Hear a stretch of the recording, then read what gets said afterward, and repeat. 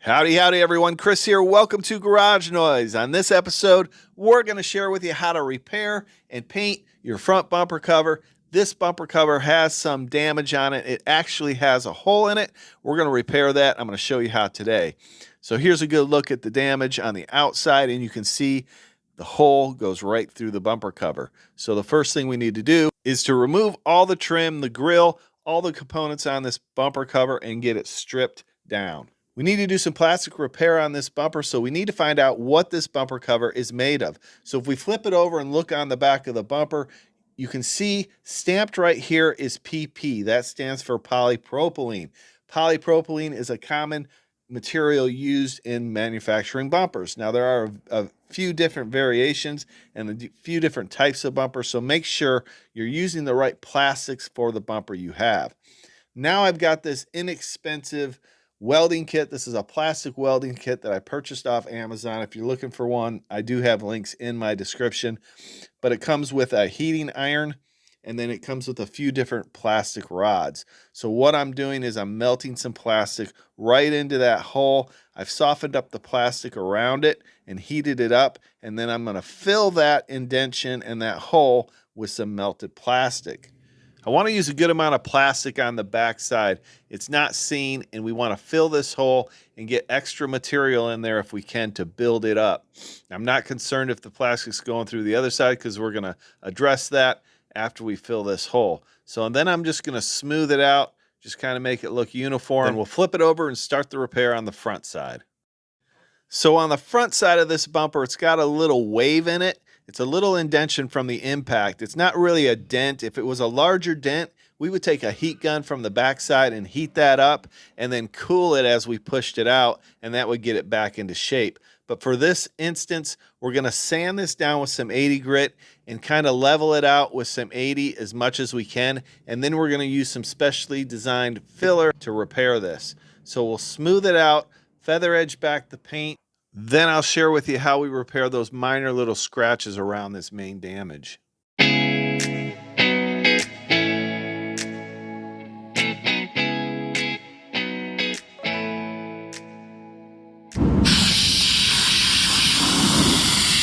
Now that I have it all sanded and the paint removed, I'm going to go ahead and add a little bit of plastic to the center of it where that damage was, and we're going to fill that little indentation there with plastic, and then we'll re-sand it with 80 grit sandpaper.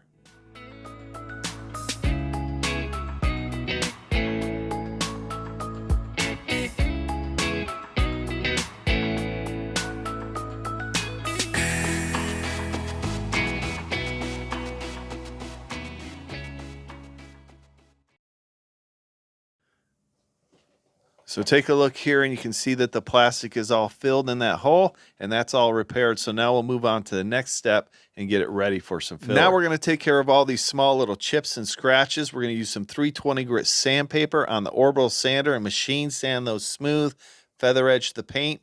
Now you can do all this by hand. It's just going to take a little bit longer to do by hand.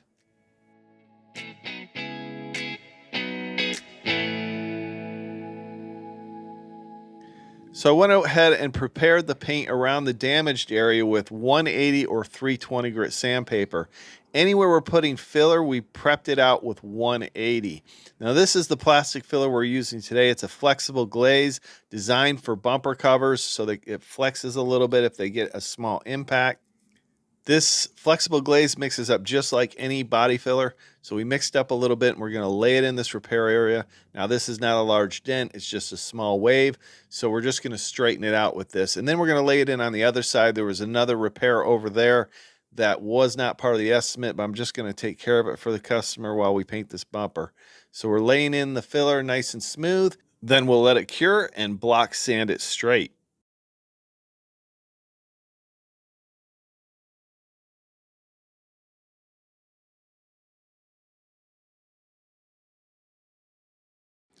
There's a couple little small gouges we'll fill here, and then we'll go ahead and lay some filler on the other side.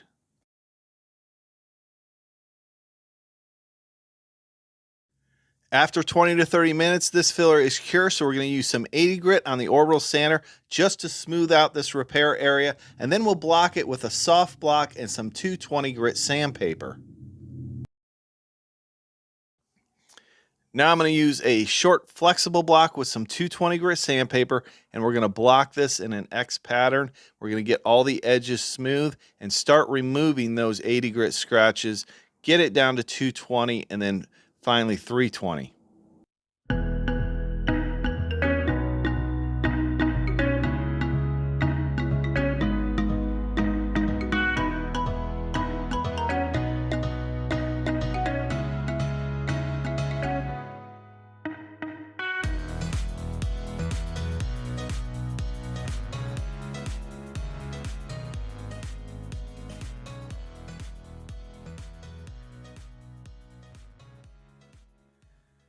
Now that this body filler is straight, we've blocked it, we've felt over it, it's nice and smooth. We're going to go ahead and sand it with some 320 grit sandpaper, remove those 220 grit scratches. I am using a soft interface pad so it's flexible and it'll move with the contours of the bumper. Now we've sanded this bumper with 320 and got it prepped out for primer. So anywhere we put primer, we want to have at least a 320 grit scratch. And what I've done is I've sanded about 2 to 3 inches beyond where we're going to apply our primer.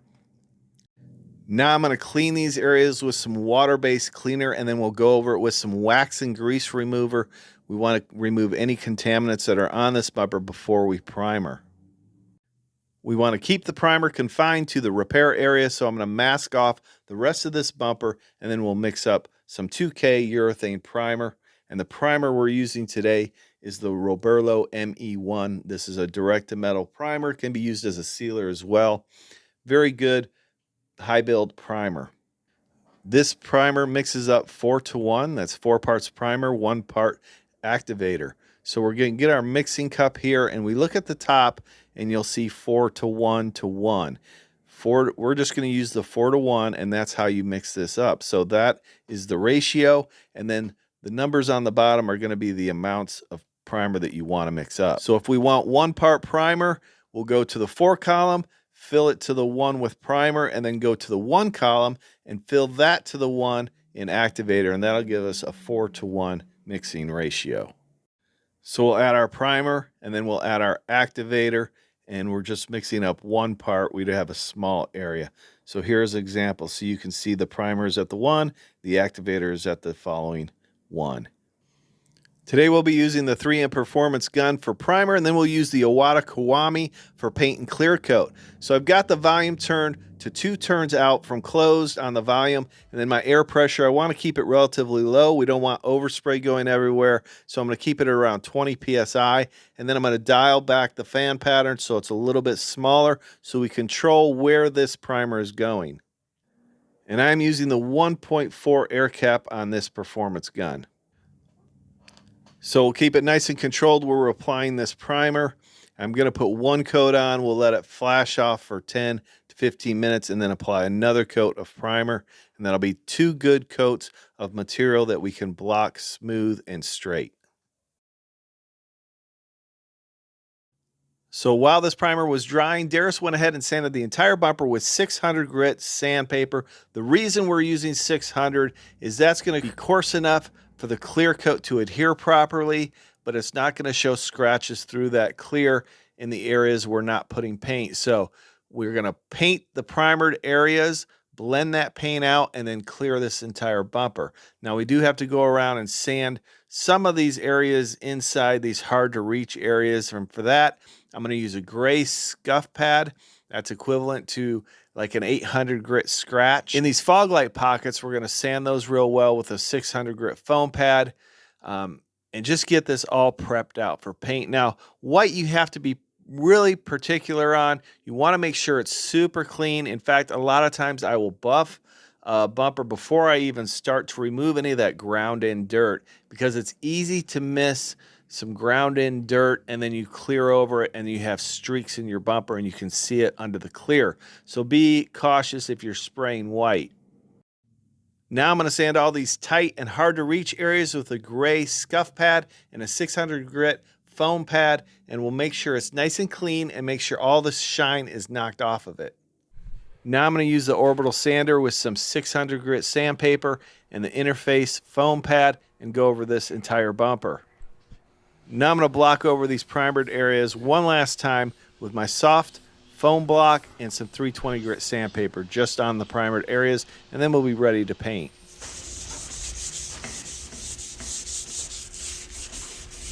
Okay, so I want to go ahead and do a spray out card on this bumper cover. This is a pearl white tri-stage finish, so it's got a base color, a mid coat pearl, and then the clear coat over top of it. So I've got my spray out card here. This is a checkered card that gives you an idea of how many coats it's going to take to cover those checkers. This is going to take 3 to 4 coats, so I'm spraying a coat on, letting it flash off, and then putting another coat on, and it took 4 coats. We need to test how many coats of pearl or mid coat to put on this bumper. So what I'm going to do is a spray out where I do 1 pearl coat over this entire card.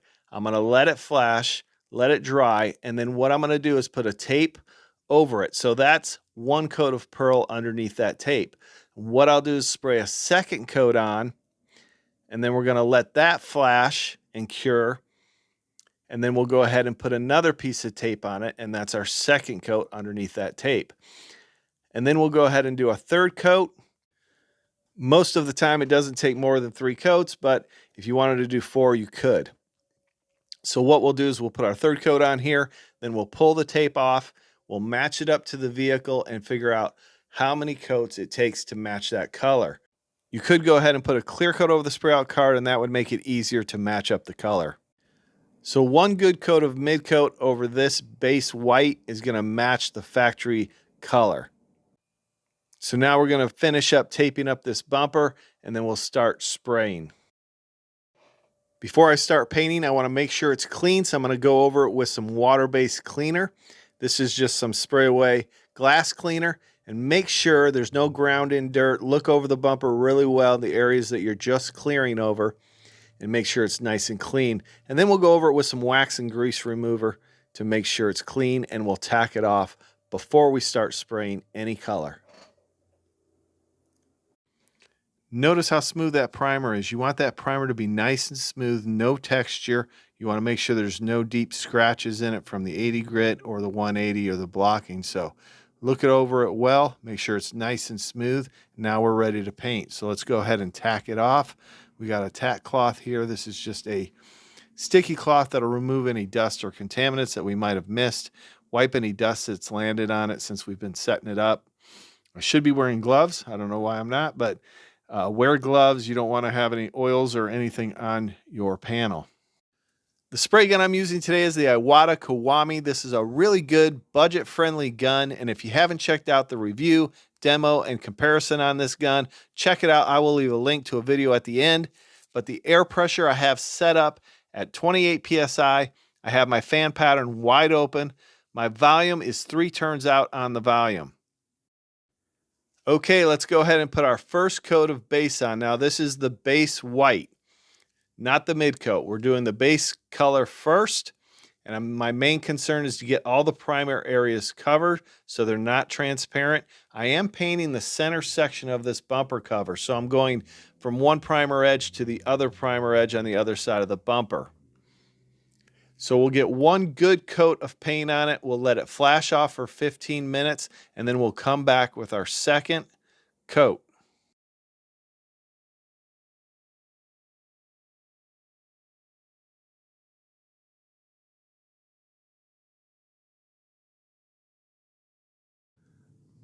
I'm going to go ahead and put a good coat of paint on all these hard to reach areas. So we're going to get in this grill section, get the underneath, the top side, make sure it's all covered really well.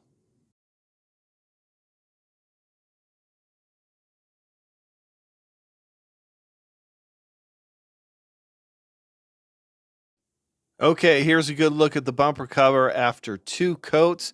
We're going to put 1 more coat on this, and then we'll be ready for the mid coat pearl. Now I'm finishing up the 3rd coat of base coat. I want to make sure everything's covered, make sure there's no transparent areas. If you need to get a light in there. There's a couple little areas right on this corner that I wanted to hit, so I put a little extra paint on that corner. And now let's go ahead and start with the mid coat pearl. I went ahead and cleaned out my gun from the base coat white, and then we switched it over to the mid coat pearl. Now I'm going to go ahead and spray the center section of this bumper, and we want to blend the pearl probably about 3 inches outside of where our base coat white ended.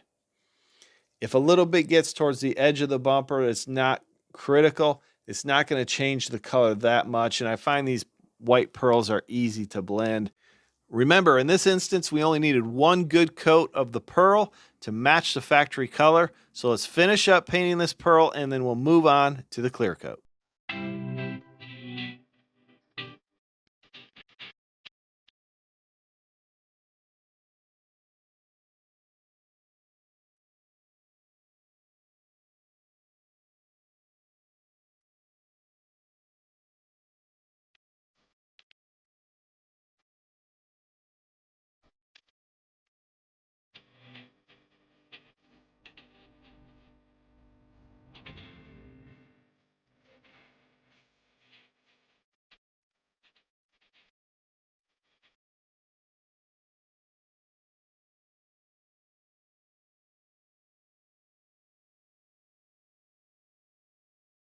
Okay, so it's time for some clear. The clear we're using today is the TranStar Flash Clear Coat. I've used this in the past. This is a 30-minute clear. It's dust-free after 10, fingerprint-free after 15, and then after 30, you can cut and buff it. This clear coat mixes up 4-to-1, 4 parts clear, 1 part activator. I picked this clear coat up at my local O'Reilly's. It's a good clear coat for a DIY or someone doing a repair at home or out of your garage. It dries so quickly, less time for dirt to land in your clear coat, and you can put it back together right away and be back on the road. The gun settings for the Iwata Kiwami, I like to spray the air pressure at 29 psi for clear. I'm going to open up my fan pattern wide open, and we're going to have 4 turns out on the volume. I'll start off on one end of the bumper and work my way over to the other side. I want to overlap 70%. I want a consistent distance from that panel at all times, and I want to have a consistent speed.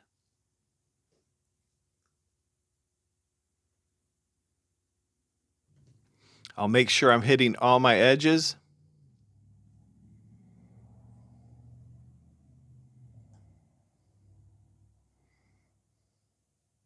And I'm watching the clear as it's laying down, and if I need to make any adjustments, I can adjust it as I spray. But in general, those settings will work great for this Kiwami. Now, your gun may be a little bit different. You may have, like, for instance, the 3M Performance gun is a little bit different than this Kiwami. It uses a little bit less air pressure. So each gun is a little bit different, but those are just some good guidelines to start with, and then you can adjust from there. So I'm going to lay down 1 double coat of clear. You could do that a few different ways, but basically what that means is there's no flash time. You just need to put 2 coats on it, and then you're done. If you're finding this video helpful and want to support the channel, all you have to do is like or leave a question or comment down below, or just say howdy. You can also check out my storefront links down in the description. There I have all the products and tools I use neatly organized so you can find what you're looking for. Let's finish up the clear coat and see how it turned out.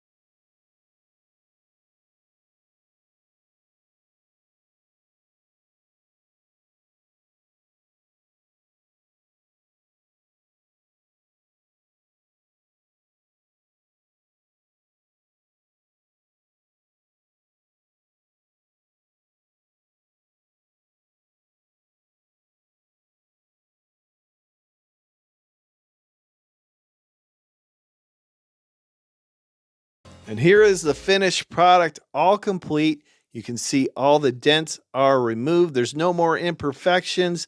The clear is nice and smooth, and guess what? It's dry. After 30 minutes, it is dry. So there's a few little particles of dust we're going to cut and buff. It's actually pretty clean, and then we'll install the bumper on the customer's vehicle and deliver it. I hope you found this video helpful. If you did and you want to learn more about paint and body repair, check out one of these videos now, and you can learn how to repair it like a pro. I appreciate each and every one of you watching. We'll see you next time on Garage Noise.